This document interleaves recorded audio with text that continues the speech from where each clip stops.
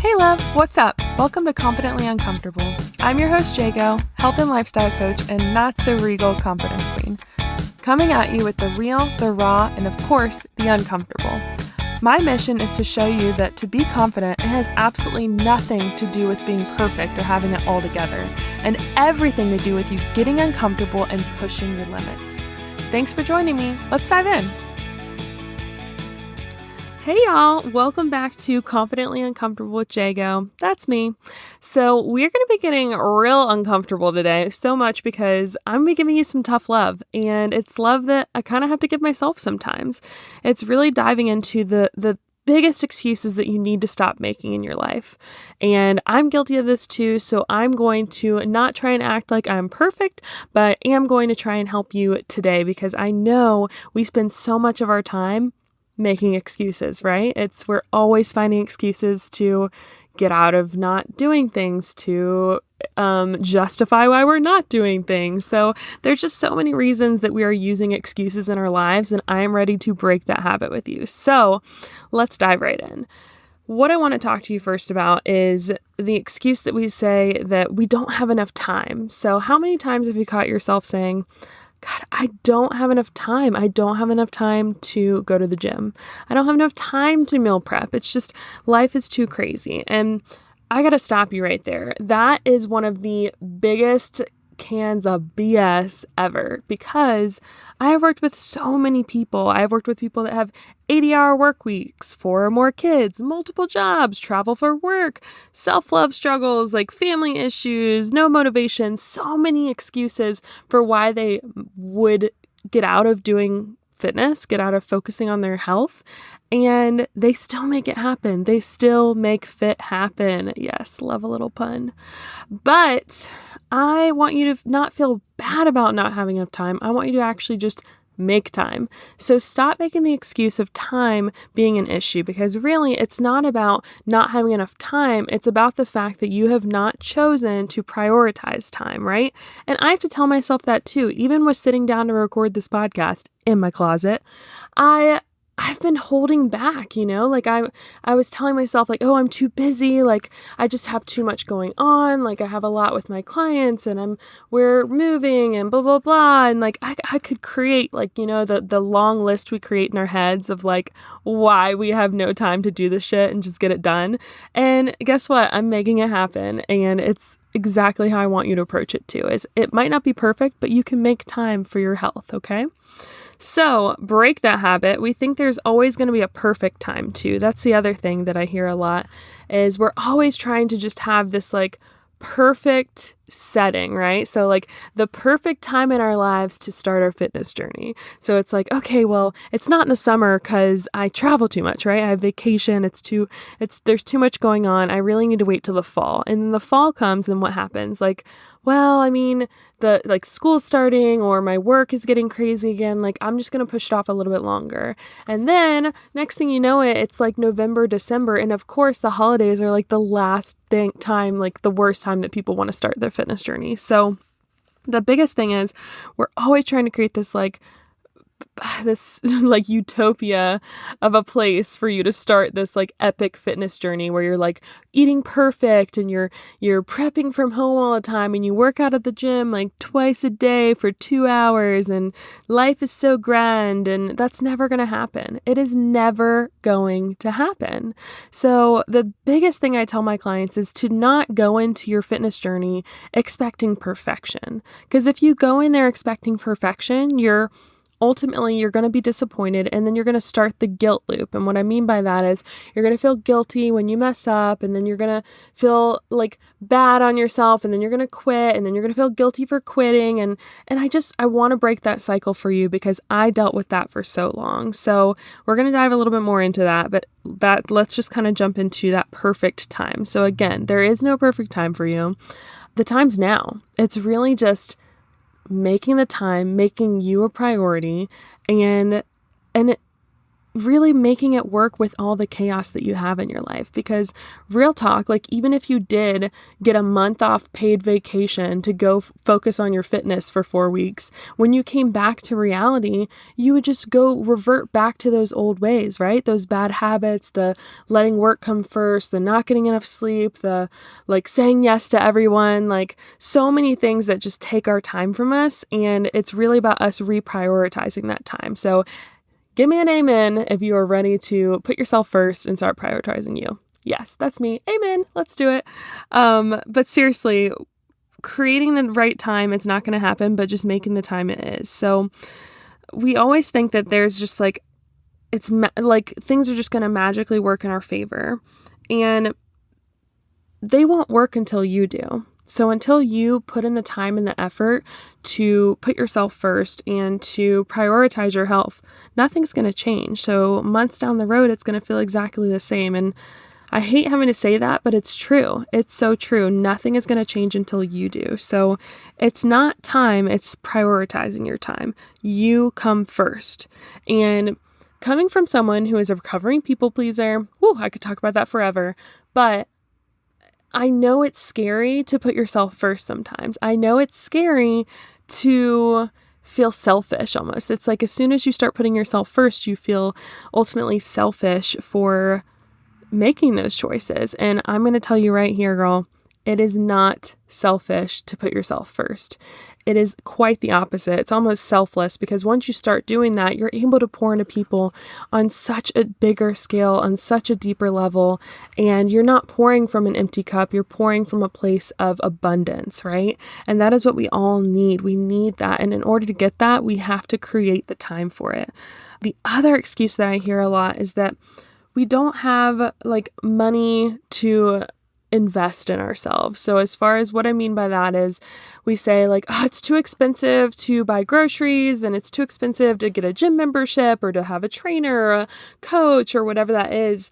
And the truth with that is the same thing. It's about prioritizing your health. So what I have my clients do often is literally budget in your healthcare and your self-care needs. So those things that need to happen that we kind of just try and brush under the rug over and over again, it seeps into other aspects of our lives. So until we start to really prioritize our health, we're going to keep having the same problems happen over and over again, where we're feeling like we have no energy at work, or we're really stressed or overwhelmed, or we're gaining weight, just all these different things. Whereas if we stopped for a second and just took some time to reassess where our priorities are, we would be able to really find time, we'd find finances, and we'd even find support to make this happen. So making sure that you use things like you can budget with apps like Mint. You can sit down and break down everything that you're buying right now and say like, oh, maybe I don't need to go to Starbucks a million times, but that's going to be huge for you when you are trying to make changes in your life, right?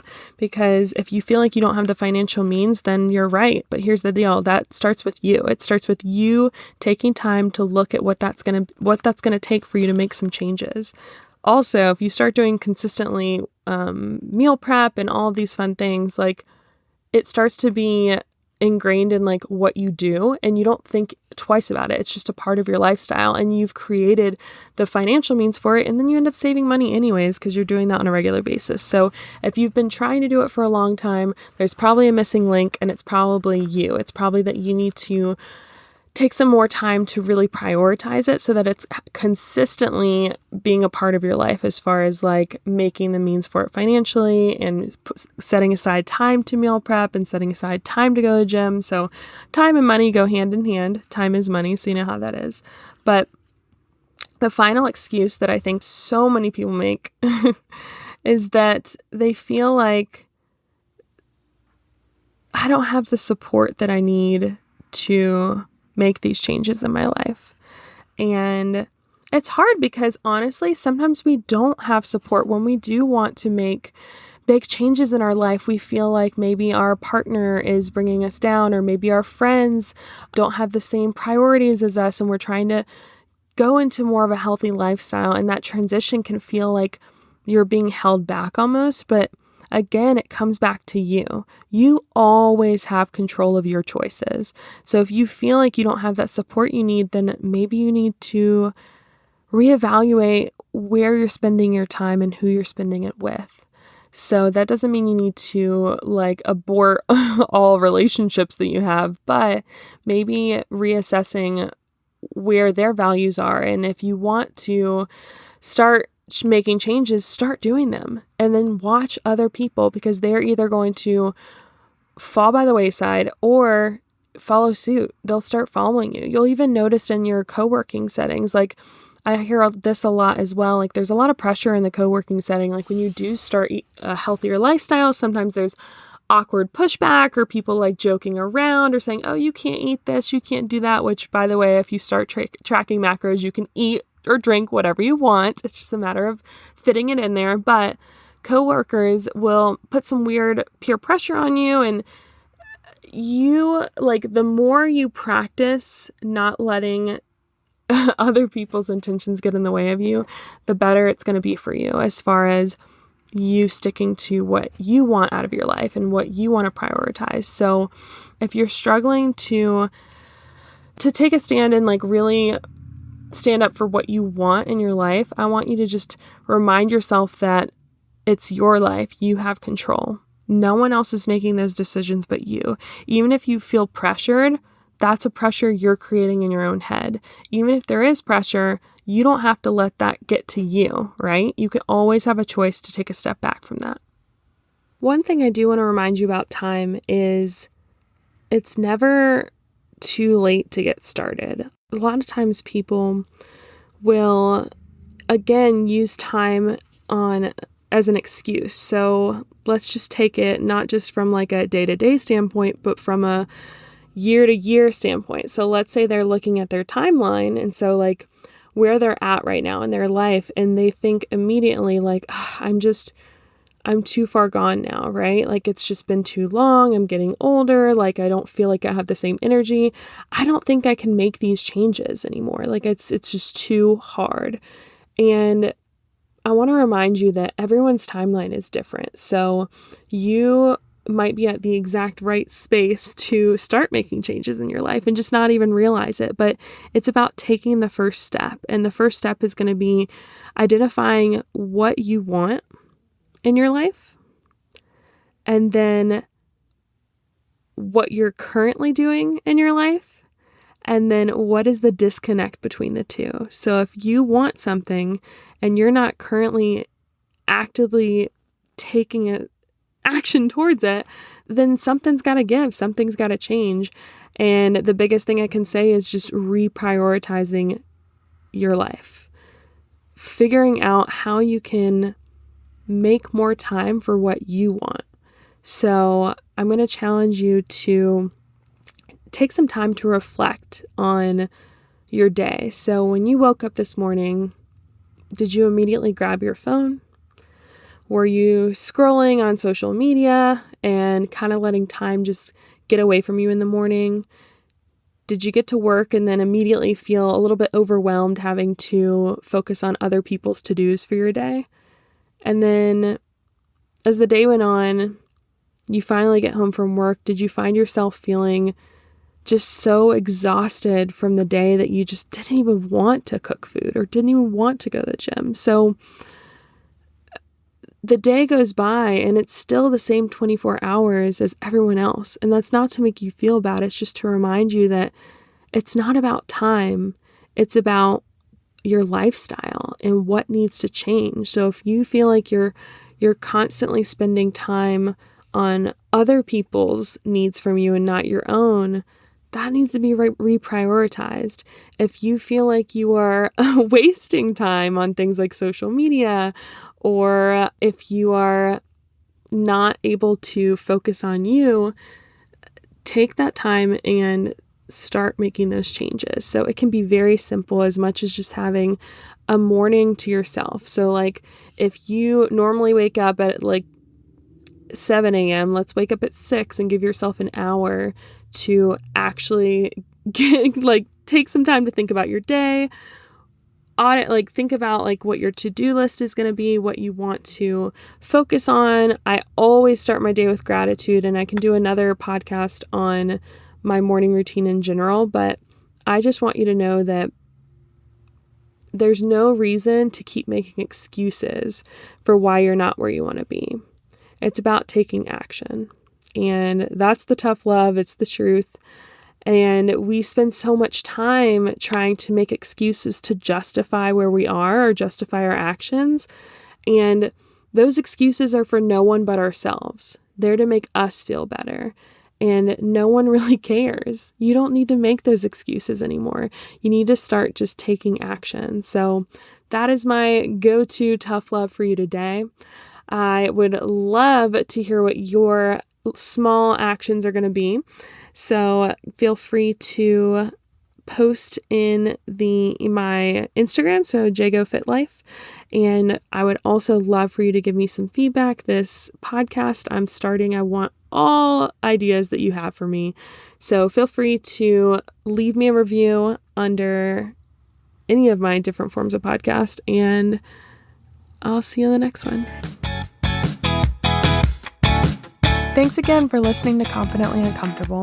I love being able to connect with you here and honestly don't want it to end. So head over to my Facebook group, Body Confident Blueprint, and be sure to follow me on Insta at JagoFitLife. Also, if you're ready to get real confidently uncomfortable, go leave this podcast a 5-star review and email me the review screenshot, support@jagofit360.com, for a chance to win a free 30-minute fitness audit and goal setting session. I appreciate your support. See you next time.